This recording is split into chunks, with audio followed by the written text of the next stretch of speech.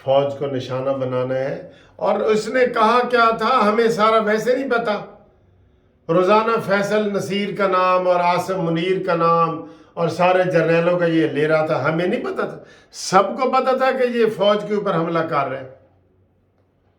آج بھی عمران خان کے درجن سے زیادہ لوگ نکل کے گئے ہیں اور انہوں نے پریس کانفرنس کی ہے. ایم پی اے، ایم این اے، جن میں ملیکہ بخاری جو ہے وہ قابل ذکر ہے. لیکن ابھی جب میں یہ ویڈیو بنا رہا ہوں تو جمشید اقبال چیمہ اور مسرت جمشید ان کو انہوں نے جیل سے رہا کیا ہے.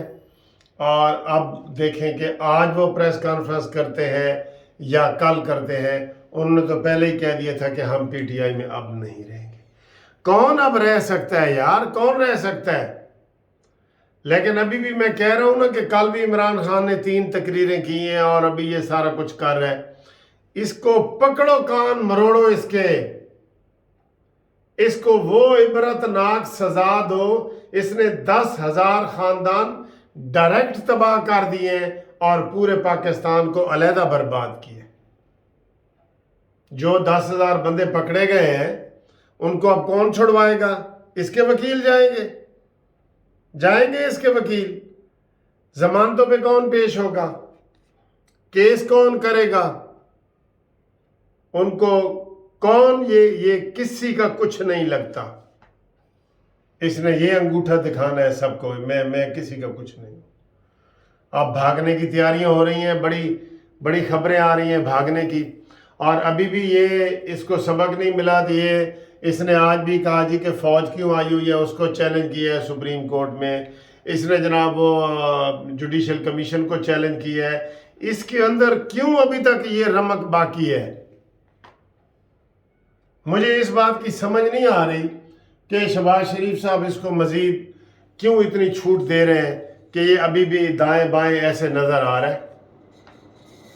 پوچھو جن کے لوگ اندر چلے گئے وہ کس طریقے سے بیچارے رو رہے ہیں، کس طریقے سے رو رہے ہیں.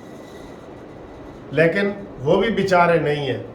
جو عاقل بالغ ہوتا ہے نا، انہیں نہیں پتا تھا کہ یہ فوج کا کور کمانڈر کا گھر ہے. اور اس کی بہنوں کے جو آج کسے دوبارہ وہ نکلے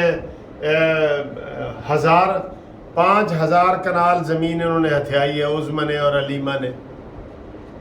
یہ سارے کسی نے یہ لوٹا ہے اس نے، اور نعرہ یہی لگایا ہے چور ڈاکو تے کم تھلے ہی پا کے رکھا ہے. بہرحال یہ کسی قسم کی روح رعایت کا مستحق نہیں ہے. اس کو آج جو پہلی کھیپ آپ نے کور کمانڈر کو دی ہے نا، اس میں عمران خان کا نام سر فہرست ہونا چاہیے تھا. آپ بتائیں ہونا چاہیے تھا کہ نہیں؟ جب سارے کہہ رہے ہیں کہ عمران خان نے ہمیں کہا تھا، وہ گواہ موجود ہیں. جو پکڑے گئے ہیں وہ بھی کہہ رہے ہیں، جو باہر ہیں وہ بھی کہہ رہے ہیں. فیاض الحسن چوہان نے کہا ہے، سب نے کہا ہے. تو پھر اس کو کیوں اس کو کھلا چھوڑا ہوا ہے جی ابھی تک؟ اس کی مجھے سمجھ نہیں آ رہی کہ اس کو ابھی تک کھلا کیوں چھوڑا گیا ہے. تو ابھی انشاءاللہ تعالی مزید بریکنگ نیوز آ رہی ہیں. ملیکہ بخاری جو ہے وہ بھی عمران خان کی شروع سے اس کے ساتھ رہی ہیں. یہ سارے لوگ جنہوں نے بھی آج چھوڑا ہے، کوئی ایم پی رہا ہے، کوئی ایم این اے رہا ہے، کوئی مختلف عہدوں پہ یہ کام کرتے رہے ہیں، جنہوں نے پی ٹی آئی کو چھوڑا ہے. اب تقریباً پی ٹی آئی کو سب لوگ چھوڑ چکے ہیں. ٹھیک ہے، اب آگے کی دوڑ چلنی ہے، آگے کیا ہونا ہے کیا نہیں ہونا. آپ دیکھیں کہ 9 مئی سے پہلے کوئی سوچ سکتا تھا کہ اس طریقے سے پی ٹی آئی ختم ہو جائے گی؟